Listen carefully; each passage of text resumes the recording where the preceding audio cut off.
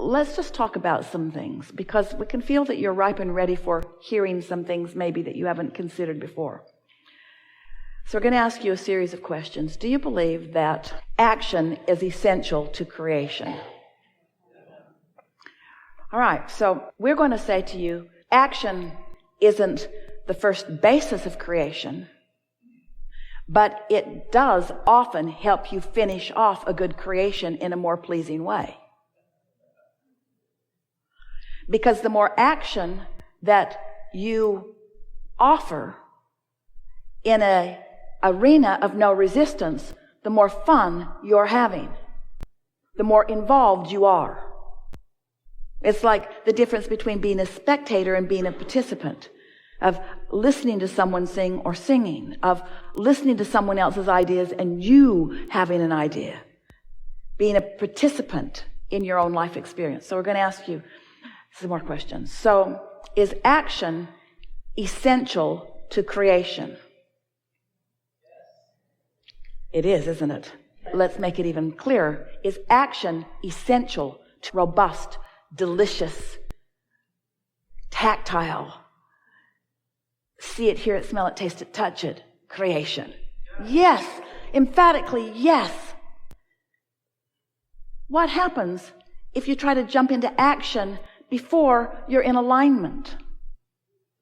It doesn't work, does it? So it isn't whether action is good or not. It's when the action is best. Yes?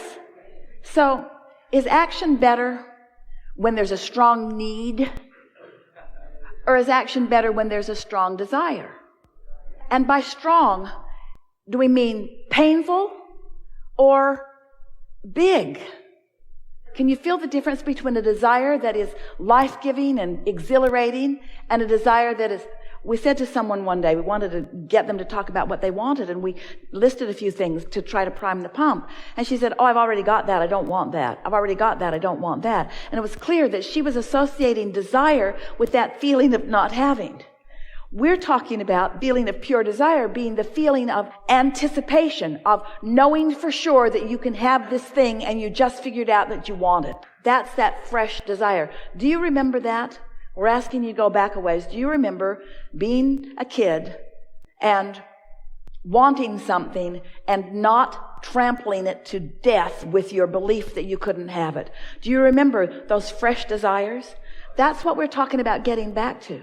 We're talking about not jumping into action so fast, jumping into meditation more, jumping into lying in bed more and basking more, making lists of things that you appreciate more, or just having non-thought for no reason, doing more things that are pleasurable, listening to more music, finding more reasons to feel good, listening to more meditation CDs, finding ways to come into alignment with who you are, and then letting the desire be something that is born out of that, and then, you see. So here's some things that you could say to friends who are saying, what do you want? And you could say, which was one of the reasons that we appreciated our friend who came up with all kinds of desire to be in the chair, who had nothing to say once he got here. And the reason that he had nothing to say once he got here was what we wanted to demonstrate with that is a lovely state of being for you to be in. Because often when you've got an active desire, you are not in the receiving mode. It's like the question is a different vibration than the answer, and the problem is a different vibration than the solution. And sometimes when you continue to ask the question and ask the question and ask the question, or solve the problem or solve the problem or solve the problem or solve the problem, you hold yourself out of the receiving mode. And so then how does that feel? That's what we want to call your attention to. How does that feel? So if someone says to you, what do you want? And it might be somebody that you've expressed many things that you want, so they know that there are these things that you've been asking for, and they also know that you don't have them yet, and they're asking you, how's that coming? How's that coming? How's that coming? What would you think when someone says, what do you want, of giving them the answer, sort of like our friend gave us earlier? My mind's blank right now. My mind is blank right now. What do you mean? I mean, I'm not in the receiving mode, so I can't really tell you exactly what I want right now. Well, don't your needs let you know what you want? Don't you need a different car, or don't you need more money? Yes, But the distinction you want to say to your friend that I'm making, I am in the process of differentiating need from desire. I'm differentiating need from desire. And what I'm in the process of doing is conjuring desire. I'm putting myself in the best possible position for desire to be born within me. When you were little, your desires were born all day, every day. And those well-meaning and sometimes not so well-meaning, screwed up people that were in your life, they began teaching you things that caused you to adopt beliefs that made you stop believing in your desires, to the point that now when we talk to a room full of people like this, you can't really find a pure desire. You can't really find a pure desire because you haven't been in the receptive mode frequently enough or consistently enough for a pure desire to be born. And so you think that your needs are your desires. You think that you desire more money because you need more money. Or you think that you desire a better job because you need more money from that. But we want you to get to the basis of what your pure desires are. We want you to remember what you knew when you came, that you are the creator of your own reality and that you can be or do or have anything. We want you to feel that fresh friskiness that comes from tuning into the vibration of who you really are. We want you to allow yourself to become your total self who has the big picture. We want you to remember that you are an uplifter and that you are a lover and that you are an allower and that you want to feel good. That's what we want for you. We want you to return to the vibrational frequency of who you really are, rather than just catching glimpses of it or snatches of it in between all of the efforting that you're doing and all the trying and comparing and struggling and defending and justifying that you are doing. We want you to awaken to the remembering of who you really are, because your inner being knows who you are. Your inner being knows who you are and knows where you stand in relationship to everything that you want. And when we talk about this vortex that you've been building, you put that together one pure facet at a time. You weren't sitting in a room with someone demanding that you tell them what you want.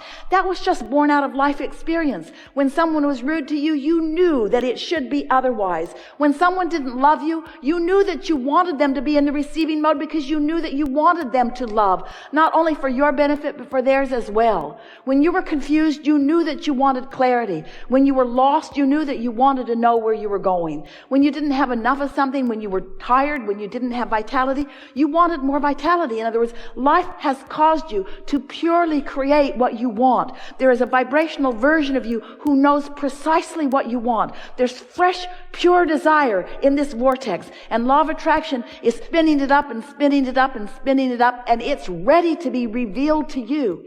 And when that desire is born within you, you think when you come to a gathering like this that you've got a long list of things that you want. You think that you came here so that you can get the things that you want out into the open, so that we can tell you what the path of least resistance is to the things that you want.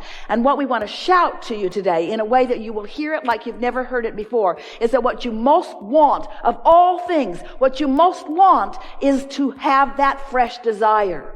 What you want is to want. What you want is to want. What you desire is to desire. You want to desire. You want to desire. You want to desire. Nothing more. You want to desire. We don't want you to want to fulfill your desire. We want you to want the desire. We want you to want the idea of the desire. We want that desire to be born within you. We want you to want that desire. We want you to feel what that fresh desire feels like. Jerry and Esther would go into a store and they would say, "Can we help you?" And Jerry would say, "We're just looking for something to want." Just looking for something to want. Well, what are you looking for? Something to want. We're looking for that thing that lights us up. We're looking here for that thing that lights us up. So our desire is to be lit up. Our desire is to be tuned into the frequency of who we are. Our desire is to be in sync with our source energy, who is in love with life, who's happy about life itself, not conditionally, unconditionally happy about life itself. We know we're stretching you into something that isn't about action, with the promise that once you get that, the delicious action will be inspired. You'll feel like calling this one and going here. You'll feel like getting in your car and going over there. You'll feel like picking this up. You'll feel like going to the bookstore. You'll feel like picking up that book. You'll feel like reading that book. You'll feel like getting online. You'll feel like clicking this link. You'll feel like looking for this search. You'll feel like putting this word in for the search. You'll be inspired to this never-ending trail of things that will surprise and delight you all along the way. You came here to live happily ever after, not just sporadically stumble upon things that feel good. You came here to consistently find things from life experience, tune into the frequency of that desire, and then systematically watch it move as a cooperative universe gives you everything that is necessary for the fulfillment, for the complete full fulfillment of. You are the creator of your own reality. And it's the creating of your own reality that is the juice of life, not the stuff that you create when you create your own reality. It's being the creator. It's the act of creation. It's the being of creativeness, not the object of attention that you create. The objects of attention that you create are only the excuse you have for creating.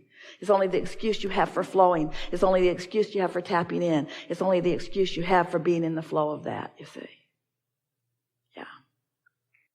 We have enjoyed you.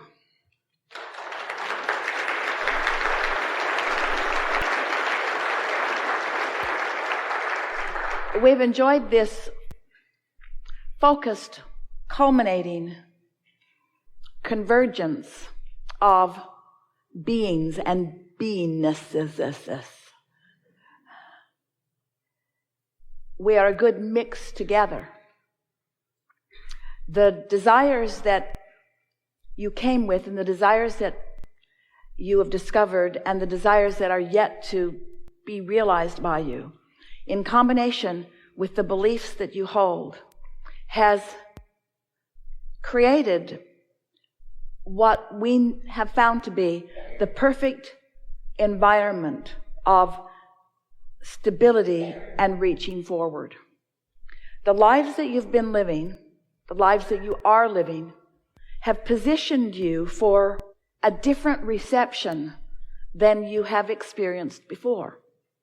So you have allowed, by that which you are, a flowing of conversation because of your receptive mode. We can't say to you what you're not ready to receive. So your receptive mode all along has been the reason for the evolution of this conversation. You get what we're saying? So sometimes you're quieter than usual.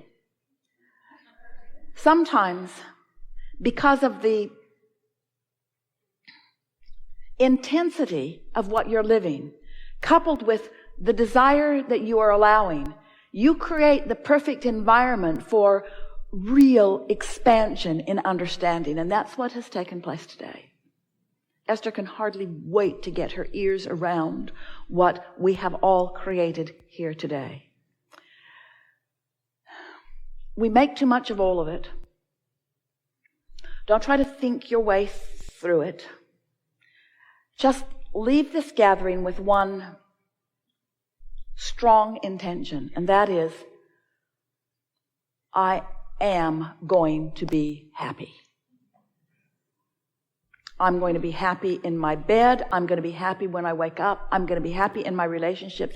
I'm going to be happy at work. I'm going to be happy in traffic. I'm going to be happy in my car. I'm going to be happy in my current financial situation. I'm going to be happy in my oncoming financial situation. I am happy. I am a happy being with the potential of being happier still. I am happy. And when people say, "Hi, how are you?" say, "Happy." I'm happy. I'm happy. Because what that means is, I'm not only satisfied with what is, which will serve you so well, but I'm eager for what's coming, which will serve you so well. Ongoing, creative, genius, greedy beings that you are. There is great love here for you. And as always, we remain in the Vortex.